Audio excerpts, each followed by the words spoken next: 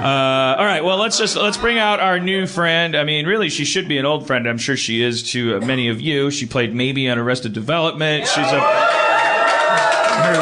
The rest of her resume is like, she's probably someone hip enough to not mind being called hip. Well, she's definitely a presence in the hip pocket of comedy. She's deputy chief of staff on Trump's campaign. But I ran into her at the upfronts, the Turner cable upfronts. So let's make friends with her. Alia Shawkat is here.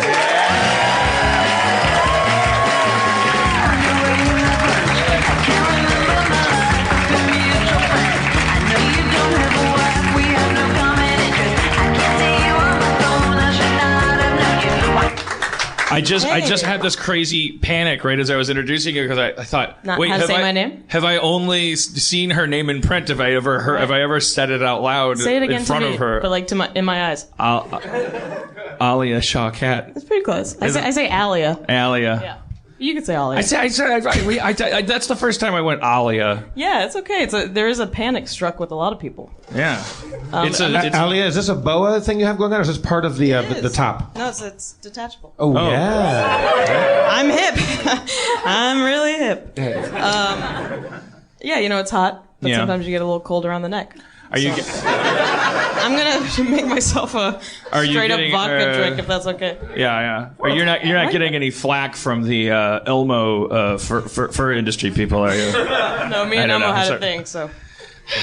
Is that what color Elmo is? I don't know. She's wearing a fur thing for those red. of you listening in audio. All right, some of these people don't understand. I'm wearing Elmo around my neck. All right, so.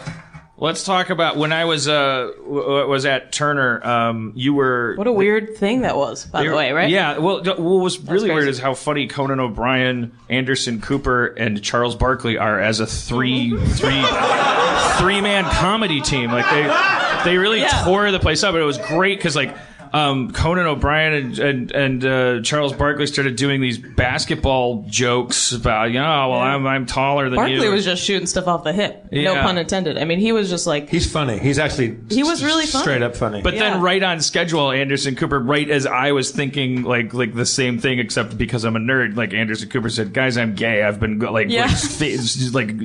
my eyes glazed over 5 sports jokes ago. And it was really funny. I did a great job of retelling his joke. Yeah. Well, you're not gay, so it's a little different effect. No, that was such a strange thing, though. They had a drone on a leash. Yeah. That was hovering, trying to get away. And Wolf Blitzer was just kind of staring at it, like, what's happening?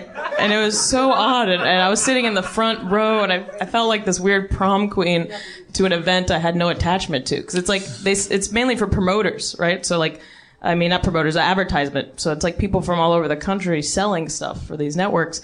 And they're pushing Turner, so they're we make, 18 to 24 and all these percentages and these weird PowerPoint presentations and fireworks. It was I took a picture of one thing. It was Wolf Blitzer standing in front of a big screen that said your brand plus Turner's reach equals a winner, because it was